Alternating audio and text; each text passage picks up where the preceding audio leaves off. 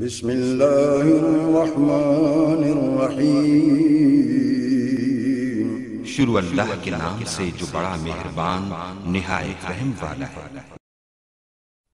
الرحمن علم القرآن خلق الإنسان علمه البيان الشمس والقمر بحسبان والنجم والشجر يسجدان والسماء رفعها ووضع الميزان ألا تطغوا في الميزان وأقيموا الوزن بالقسط ولا تخسروا الميزان والأرض وضعها للأنام فيها فاكهة والنخل ذات الأكمام والحب ذو العصف والريحان فبأي آلاء ربكما تكذبان خلق الإنسان من صلصال كالفجار خلق الإنسان من صلصال كالفخار وخلق الجان من مارج من نار فبأي آلاء ربكما تكذبان رب المشرقين ورب المغربين فبأي آلاء ربكما تكذبان مرج البحرين يلتقيان بينهما برزخ لا يبغيان فبأي آلاء ربكما تكذبان يخرج منهما اللؤلؤ والمرجان فبأي آلاء ربكما تكذبان وله الجوار المنشآت في البحر كالأعلام فبأي آلاء ربكما تكذبان كل من عليها فان ويبقى وجه ربك ذو الجلال والإكرام فبأي آلاء ربكما تكذبان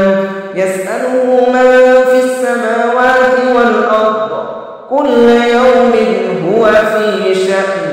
فبأي آلاء ربكما تكذبان سنفرغ لكم أيها الثقلان فبأي آلاء ربكما تكذبان يا معشر الجن والإنس إن استطعتم أن تنفذوا من أقطار السماوات والأرض فانفذوا لا تنفذون إلا بسلطان فبأي آلاء ربكما تكذبان يرسل عليكما شواظ من نار ونحاس فلا تنتصران فبأي آلاء ربكما تكذبان فإذا انشقت السماء فكانت وردة كالدهان فبأي آلاء ربكما تكذبان فيومئذ لا يسأل عن ذنبه إنس ولا جان فبأي آلاء ربكما تكذبان يعرف المجرمون بسيماهم فيؤخذ بالنواصي والأقدام فبأي آلاء ربكما تكذبان هذه جهنم التي يكذب بها المجرمون يطوفون بينها وبين حميم آن فبأي آلاء ربكما تكذبان ولمن خاف مقام ربه جنتان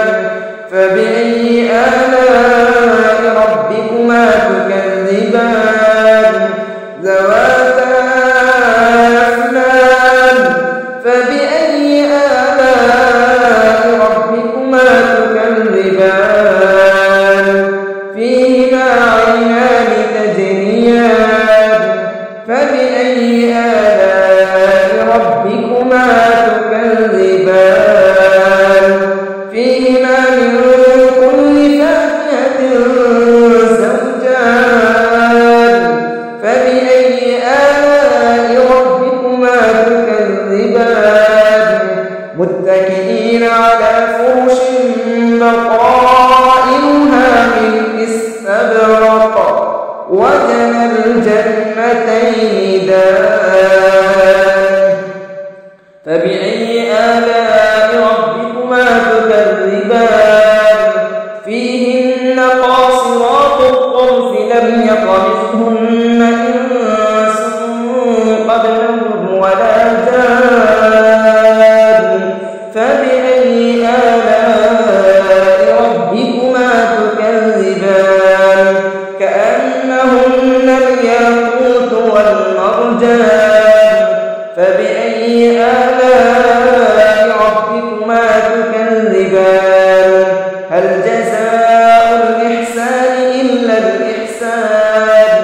فبأي آلاء ربكما تكذبان ومن دونهما جنتان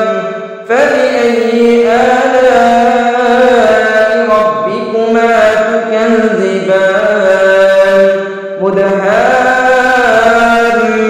مدهامتان فبأي آلاء ربكما تكذبان فيهما عينان نضاختان فبأي آلاء ربكما تكذبان فيهما فاكهة ونخل ورمان فبأي آلاء ربكما تكذبان فيهن خيرات حسان فبأي آلاء